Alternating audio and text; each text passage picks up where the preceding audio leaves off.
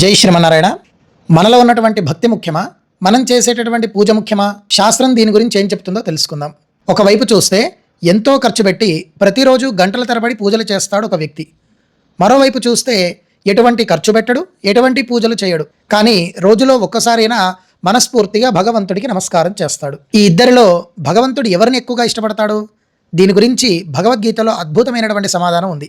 ఇది తెలుసుకోవాలంటే వీడియో చివరి వరకు చూడండి. చాలామంది ఏమనుకుంటారంటే దేవుడి దగ్గర ఎవరు ఎక్కువసేపు కూర్చొని పూజ చేస్తే భగవంతుడు వాళ్ళని అనుగ్రహిస్తాడు, లేదా వాళ్ళని చూసి సంతోషపడతాడు అని అనుకుంటారు.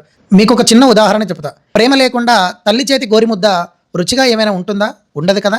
అదే అమ్మ తన ప్రేమతో ఒక ముద్దను కలిపి నోట్లో పెడితే అది అమృతంలాగా ఎంతో రుచిగా ఉంటుంది. భక్తికి పూజకు ఉన్నటువంటి తేడా ఇదే. భగవద్గీత 9వ అధ్యాయం 26వ శ్లోకంలో శ్రీకృష్ణ పరమాత్మ చాలా క్లియర్గా చెప్తాడు. పత్రం పుష్పం ఫలం తోయం యోమే భక్తియా ప్రయచ్చతి. మీరు ఇందులో ఏది ఇచ్చినా కూడా భగవంతుడు మీరు ఏమి తెచ్చారని చూడడు, మీలో ఎంత భక్తి ఉందనేది మాత్రమే చూస్తాడు. మీరు చేసే పూజ ఒక్క నిమిషమైనా సరే భక్తి శ్రద్ధలతో చేయండి. అప్పుడే మీ యొక్క పూజకి తగిన గుర్తింపు వస్తుంది. మరి మీలో ఎంతమంది ప్రతిరోజు ఒక్క నిమిషమైనా భక్తితో భగవంతుని తలుచుకుంటారు? కామెంట్ చేయండి. మరిన్ని ధర్మ సందేహాల కోసం ఇప్పుడే ఛానల్ని సబ్స్క్రైబ్ చేసుకోండి.